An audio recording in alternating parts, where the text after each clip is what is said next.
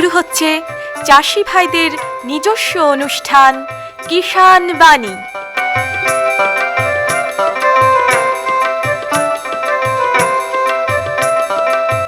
কৃষি, মাছ চাষ, প্রাণী সম্পদ উন্নয়ন, সমবায়, ফল চাষ, কৃষি প্রযুক্তি, পশুপালন, গ্রামোন্নয়ন এ সব কিছু জানতে শুনুন কিষাণ বাণী।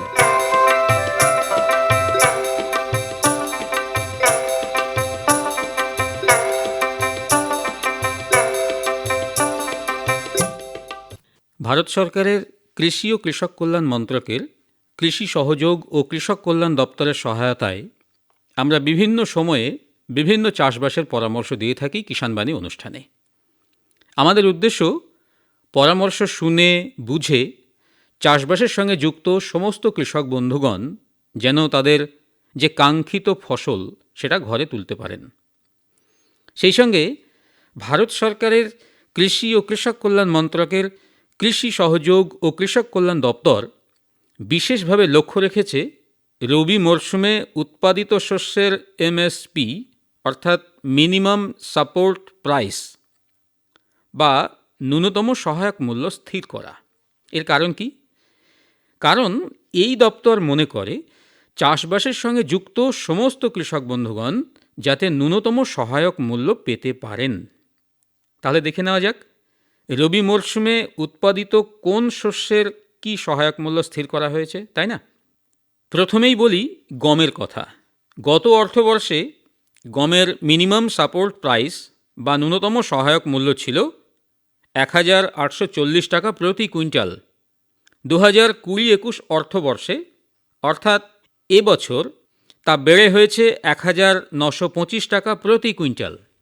এবারে বলি মুসুরির কথা। মুসুরির ক্ষেত্রে গত অর্থবর্ষে ন্যূনতম সহায়ক মূল্য ছিল ৪,৪৭৫ টাকা প্রতি কুইন্টাল।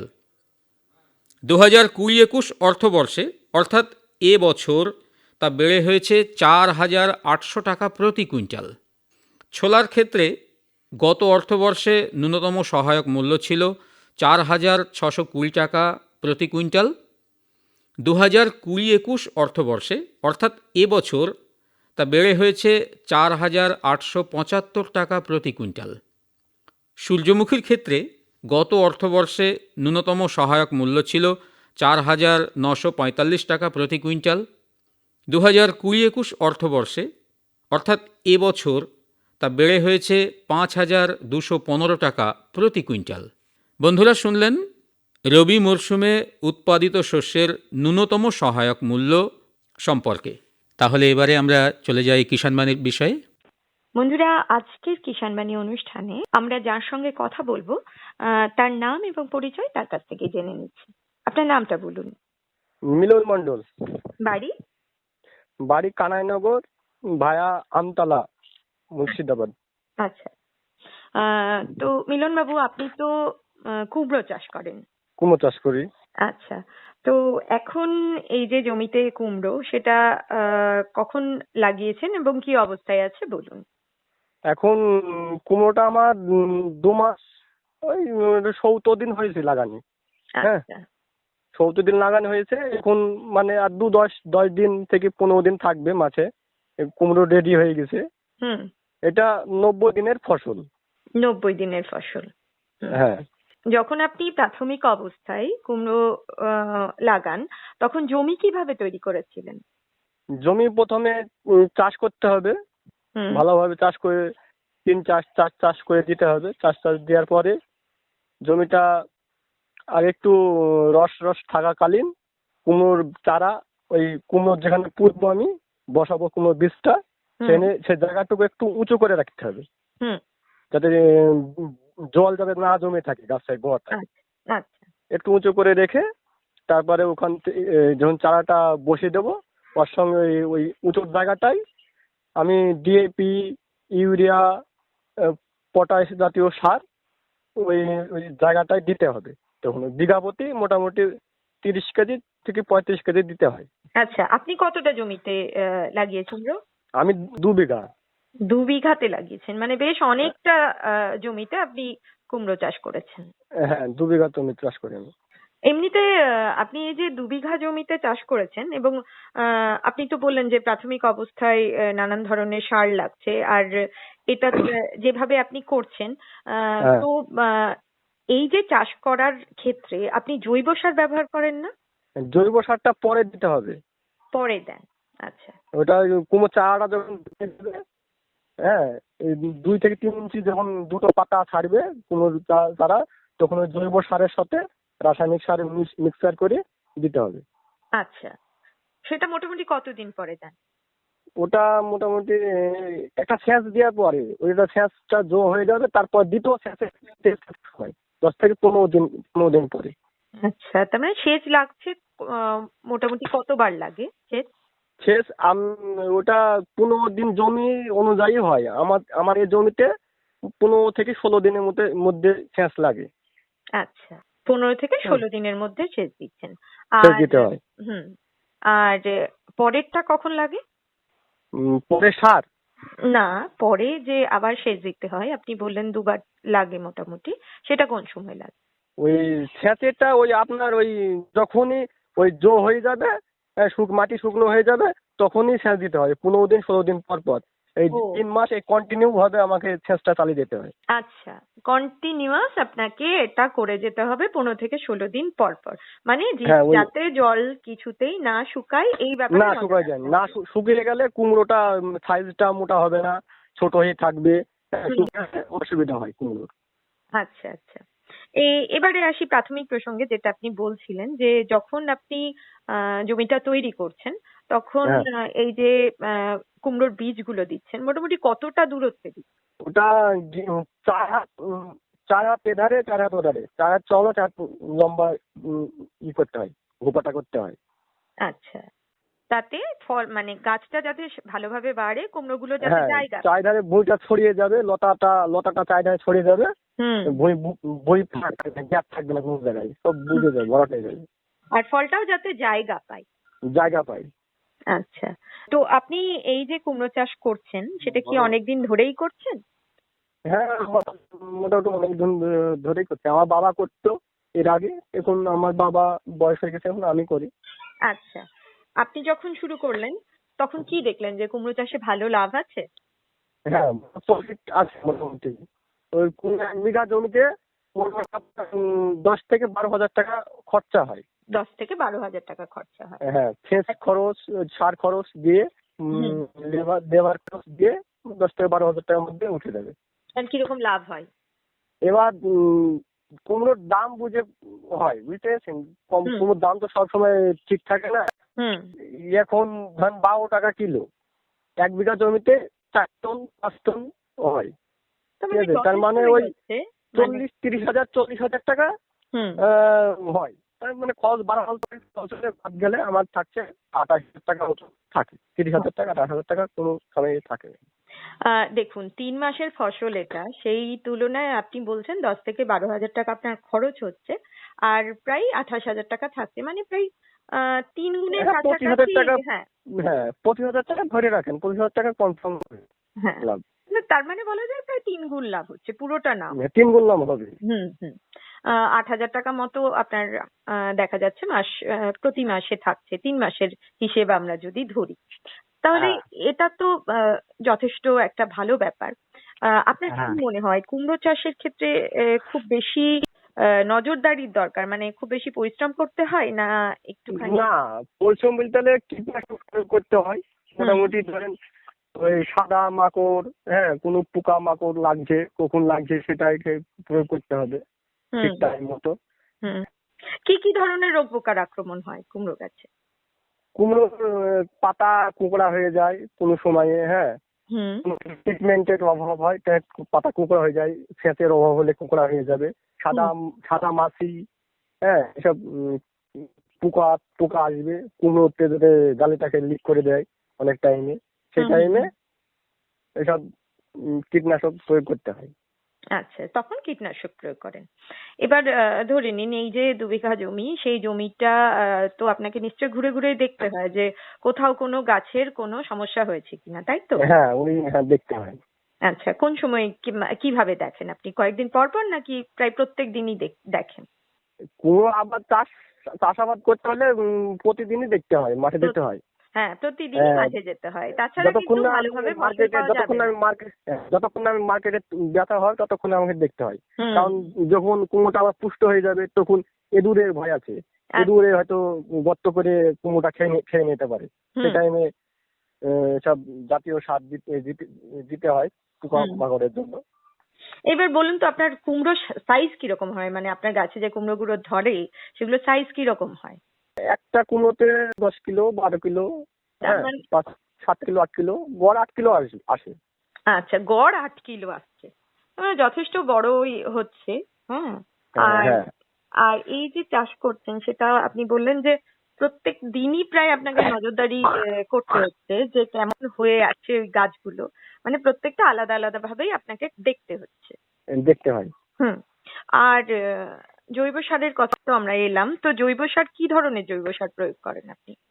জৈব সার ওটা গোবরের সার আছে, গোবর থেকে যে সারটা তৈরি হয় সে সারটা দেওয়া হয় সময়। হুম হুম হুম। এখন আমাদের নিজের গরু আছে, গরু থেকে এক জায়গায় গোবরটা দেওয়া হয়, সেখান থেকে যখন গোবরটা পচে যায় তখন দেওয়া হয়। বা হুম জৈব সার দোকানে, রাসায়নিক দোকানে বিক্রি হয়, সেখান থেকে দেওয়া হয়। হুম নিম খোল জাতীয় জিনিস দেওয়া হয়। হুম হুম।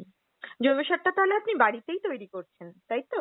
বাড়িতে, হ্যাঁ, নিজের গরু থাকলে হবে, গরু থেকে আপনি ওটা তৈরি করে দিচ্ছেন। তৈরি করা যাবে। আচ্ছা। গোবর ভালো সার হয়। হুম। আর এই যে জমিতে আপনি বললেন জলের বিষয়টা, যে 10-15 দিন পর পর আপনাকে জলটা দিতে হচ্ছে, হ্যাঁ। এর ক্ষেত্রে খুবই দেখার বিষয় নিশ্চয় রয়েছে যে জল যদি আপনি কম দেন হুম, তাহলে পরে কুমড়োর ফলনটা ভালো হবে না, তাই ভালো তো? হবে না। হ্যাঁ, কিন্তু এটাও তো ঠিক যে আমাদের মাটির নিচের জল সেটা তো ক্রমশ কমে আসছে, ফলে ওই যে সেচের ব্যাপারটা যদি একটুখানি সাবধানে করা যায়, হয়তো প্রয়োজন নেই তাও দেওয়া হচ্ছে, এমন হয় না তো? দেখেন আমার প্রফিটটা আমার সেচটা জল কমে যাচ্ছে সেটা ঠিক আছে, কিন্তু হুম। আমার আবার চাষাবাদ তো করতে হবে। হ্যাঁ, নিশ্চয়ই করতে কোনো সময় হবে। আমাদের নদীর জল থেকে দেওয়া হবে না, নদীর জলটা ওই পাম্পের মাধ্যমে, হ্যাঁ, আপনারা না।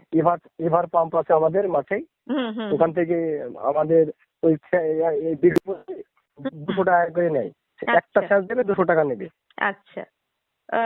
ওইভাবে আপনারা নদীর জলটাও দিতে পারছেন। হ্যাঁ, হুম। যাদের আর- নেই, যেখানে ইভার পাম্প নেই সেরা মাটির তল থেকে জল তোলে মেশিনের দ্বারা। হুম। এইভাবে হচ্ছে। আচ্ছা, এই যে কুমড়ো চাষ করছেন এছাড়াও আপনি আর কি কি চাষ করেন? কলা চাষ হয়, ধান চাষ হয়, পেঁয়াজ, রসুন। সবই মোটামুটি করেন। কতটা হ্যাঁ, জমি আছে আপনার? আমার বিঘা 4 আছে, বিঘা 4 চারেক বিঘা আছে। মতন। তার মধ্যে কিন্তু আপনি বেছে নিয়েছেন কুমড়োটাকেই প্রধানত, মানে 2 বিঘাতে যখন আপনি এতটা জমিতে করছেন তার মানে কুমড়ো ওটা চাষটাকে আমার এই টাইমে কুমড়োটা শুধু এই টাইমটাই মানে প্রফিটটা হয়, হ্যাঁ, তার জন্য আমি কুমড়োটা এই টাইমেই করি আমি। এই সময়টাই আপনি ভালোভাবে করেছেন। যারা চাষ করেন না, করবেন ভাবছেন আর কি কুমড়ো চাষ, তাদেরকে কি বলবেন যে কোন বিষয়টা মাথায় রাখা উচিত কুমড়ো চাষের ক্ষেত্রে? চাষের পক্ষে সেচটাই আমার জরুরি হয়। সেচ, কীটনাশক, আচ্ছা সারটা ভালোভাবে দিতে হবে, টাইম মতো দিতে হবে। টাইম মেনটেনটা না থাকলে কুমড়োটা ভালো হয় না। আচ্ছা, সময়টা বড় ফ্যাক্টর আর কি। হ্যাঁ, সময় বীজ কোথা থেকে দিতে হবে। বীজ হ্যাঁ, কোথা থেকে সংগ্রহ করেন? বীজ আমি ওই কুমড়ো ভুঁই থেকেই রাখি, যেটা সাইজটা মোটা হবে, হ্যাঁ, যেটা পেকে যাবে, ভালোভাবে পেকে পুষ্ট হয়ে যাবে, সেটাই আমি সেই কুমড়োটা রেখে দিই। তারপরে বছর সেই কুমড়োটা আমি যখন লাগাবো তার 2 থেকে 1 মাস আগে আমি কুমড়োটা কেটে নেবো। কেটে নিয়ে আচ্ছা। সে কুমড়ো বীজগুলা আমি শুকোতে দেবো। শুকো তার- দেওয়ার পরে হুম এরকম ভাবে লাগানো হয় বীজটা। তারপরে প্রথমে একটা শুকনো পাট জাতীয় ব্যাগে, হ্যাঁ, হুম ওইসব ভেতরে দিতে হয়, ভিজিয়ে বীজটা 2-1 দিন ভিজিয়ে রাখতে হয়। ভিজে রেখে ওইগুলো দিয়ে তারপরে একটু ট্যাক হয়, হুম। বীজটা টেকে যাবে, টেকে যাওয়ার পরে ওই মাটিতে বসিয়ে দিতে হবে। আচ্ছা, তা বীজ তলা তৈরি করেন নাকি সরাসরি না, জমি? বীজ তলা না, বীজ আমাদের বাড়িতেই তৈরি হয়, হুম ঘরে। হুম পাটের ব্যাগ হয় যেগুলা, হুম বস্তা, সেইখানে ওই বস্তার মাধ্যমে পুটলা করে রেখে দিতে হয় সব ভিজিয়ে বীজটাকে। আচ্ছা দুদিন ভিজিয়ে রাখলে আপনি ট্যাগ হয়ে যাবে। ট্যাগ হয়ে যাবে। আচ্ছা, আরেকটি বিষয় যে বীজ শোধন, আমরা যখন দেখি যে যখন আমি কোথাও থেকে বীজ কিনি শোধিত বীজই আসে, তো আপনি বাড়ির ক্ষেত্রে কি বীজ শোধন করেন নাকি এমনিই চলে যায়? না, আমি এমনি লাগিয়ে দিই। ওই মানে নিজের থেকেই আপনি বীজটাকে সংগ্রহ করে রাখছেন, আপনার কোথাও থেকে কেনার প্রয়োজন পড়ছে না? না। আচ্ছা, কুমড়োর বীজের ক্ষেত্রে আপনি নিশ্চয়ই জানেন যে এই মুহূর্তে কুমড়োর বীজেরও একটা প্রচুর চাহিদা রয়েছে। হ্যাঁ, মানে চাহিদা থাকে মানুষ সময়। খাওয়ার জন্য কিন্তু কুমড়োর বীজ সংগ্রহ করে থাকেন অনেক সময়। তো এই ধরনের কিছু কি আপনারা করেন? ওই তো কুমড়ো যখন মার্কেটে তুলি তখনই আমি বাড়িতে রেখে দিই। হুম একটা কুমড়োতে ধরেন 10 কাঠা হবে, হুম। হাফ বিঘা জমি হবে একটা কুমড়োতে যা বীজ থাকবে। সেজন্য আমি ওই 2 বিঘা রাখলে 6টা থেকে 7টা রাখি আমি কুমড়ো। আচ্ছা, এইগুলো নিজের বাড়ির জন্য ব্যবহার করেন আর কি। আর হ্যাঁ, এমনি বাজারে বিটের যেরকম জন্য। কুমড়োর চলে যাচ্ছে সেইভাবেই বিক্রি হচ্ছে। আর হ্যাঁ। এই কুমড়োগুলো কি আপনি নিজে যান না কেউ এসে সংগ্রহ করে? হ্যাঁ, ব্যবসায়িক থাকে, ব্যবসায়িক এসে জমি কন্ট্যাক্ট করে নিল যে আমি এত 1000 টাকা 10,000 টাকা কি 15,000 টাকা কোন ফোনে নেবো, মেপে ওজন করে নেয়। কেউ আবার হয়তো থামকুন, হ্যাঁ ওই কন্ট্যাক্ট। আচ্ছা, তারাই এসে নিয়ে যান। হ্যাঁ, সেটা কি জমিতে আপনি যখন তৈরি করছেন ফসল তখনই আসেন নাকি পরবর্তীকালে এসে দেখে দাম নির্ধারণ করেন? কুমড়োটা তৈরি হওয়ার 5 থেকে 7 দিন আগে আসবে। হুম এসে কুমড়োটা দেখবে, ভুঁয়ে কতটা কুমড়ো আছে, হুম। তারপরে সেরকম ভাবে দাম হয়। হ্যাঁ, সেরকম তারপর ভাবেই যখন আছে। একটু পেকে যায় হুম। তখন ভেঙে নেয়। আচ্ছা, সেইভাবে আপনার তাহলে মানে আপনাকেও বাজারজাত করতে হচ্ছে না, অর্থাৎ আপনাকে বাজারে গিয়ে বিক্রি করতে হচ্ছে না, কেউ এসে সেটা নিয়ে যাচ্ছেন। হ্যাঁ। আর খুব ভালো লাগলো আপনার সঙ্গে কথা বলে। আর এই কুমড়ো চাষ নিয়ে যে বিষয়টা আরো জানার ছিল সেটা অবশ্যই জানতে হবে। কি ধরনের জমি দরকার কুমড়ো চাষের জন্য? কুমড়ো জমির জন্য একটু উঁচু জমি হলে ভালো হয়, কারণ জল জমলে সে জমিতে ভালো চাষ হবে না। জল সঙ্গে সঙ্গে শুকিয়ে যাবে, ফের জো হবে, ফের দেয়া হবে সেচ, এরকম হবে। তার জন্য তো ঘন ঘন সেচ লাগে। হুম, জল দাঁড়াবে না কিন্তু জলটা থাকতে হবে, এরকম জমিটা বেশি ভালো। বেশি ভালো। দোআঁশ মাটি ভালো হয়। দোআঁশ মাটি ভালো। ধন্যবাদ মিলন মণ্ডল। এতক্ষণ আমরা কথা বললাম মিলন মণ্ডলের সঙ্গে, যিনি কুমড়ো চাষ নিয়ে অনেক কিছু জানালেন আমাদের। हर जोखिम से निकल कर फसल आए, सुरक्षित हो जाए। फसल बीमा से हर किसान अब आत्मनिर्भर हो जाए। संकट के समय प्रधानमंत्री फसल बीमा योजना किसानों के लिए वरदान है। अब सूखा पड़े या बाढ़ आ जाए कोई डर नहीं। अब ओले पड़े या कीट पतंगे फसल खा जाए कोई फिक्र नहीं, क्योंकि हमने लिया है प्रधानमंत्री फसल बीमा। बुआई से फसल कटाई तक हर जोखिम का दावा, न्यूनतम प्रीमियम पर अधिकतम भुगतान का वादा। योजना से हर साल जुड़ रहे हैं 5 करोड़ से ज्यादा किसान। अब आपकी है बारी। नजदीकी कृषि कार्यालय, सहकारी समिति, बैंक शाखा, अधिकृत बीमा कंपनी या जन सेवा केंद्र में स्वेच्छा से करा सकते हैं पंजीकरण। फसल बीमा पोर्टल या फसल बीमा ऐप द्वारा भी कराया जा सकता है पंजीकरण। प्रधानमंत्री फसल बीमा योजना, आपकी फसलों का संपूर्ण सुरक्षा कवच। कृषि एवं किसान कल्याण मंत्रालय, भारत सरकार। পরবর্তী প্রসঙ্গে যাওয়ার আগে আসুন শুনি লোকগীতি, শিল্পী রুনা লায়লা। আমি প্রেমের পরীক্ষাতে পাশ করিলাম, ভালোবাসার যোগ বিয়োগ গুণ শিখিলাম। আমি প্রেমের পরীক্ষাতে পাশ করিলাম, ভালোবাসার যোগ বিয়োগ গুণ শিখিলাম। আমি বন্ধুর সাথে মনে মনে ঘর বাঁধিলাম। আমি প্রেমের পরীক্ষাতে পাশ করিলাম, ভালোবাসার যোগ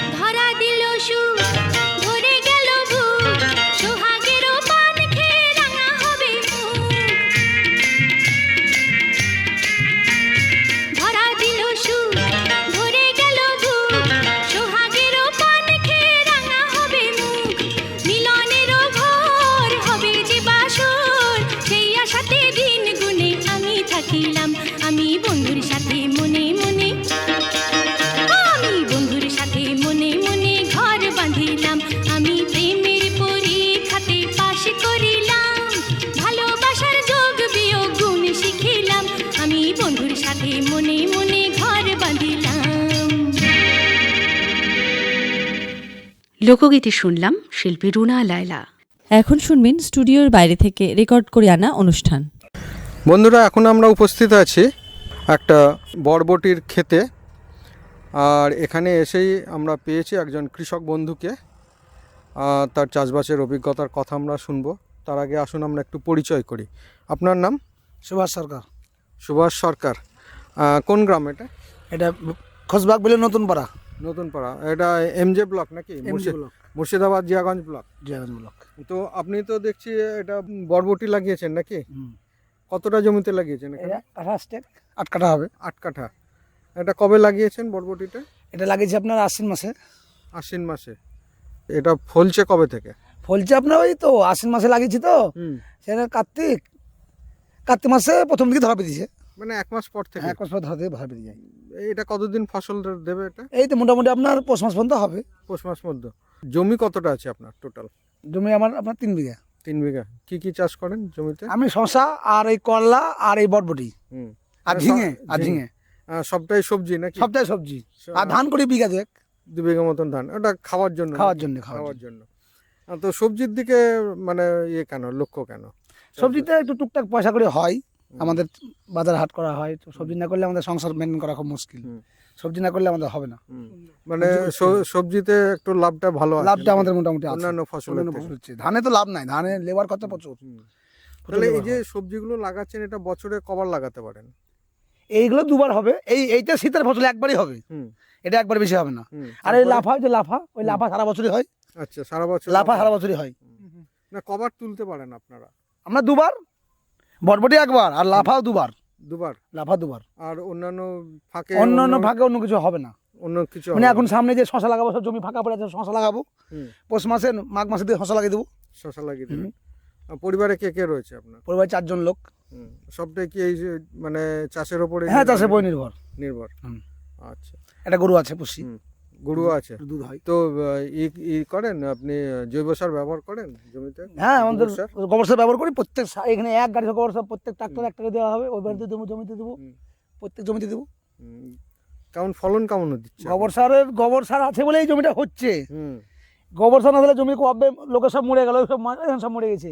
গোবর সার আছে বলে হচ্ছে। কোনো ছাঁচ নাই, কিছু নাই, এমনি হচ্ছে। এমনি হচ্ছে। রোগ পোকার আক্রমণ কিছু আছে? রোগ পোকার আক্রমণ এখন কিছু নাই। কিছু নেই এখন।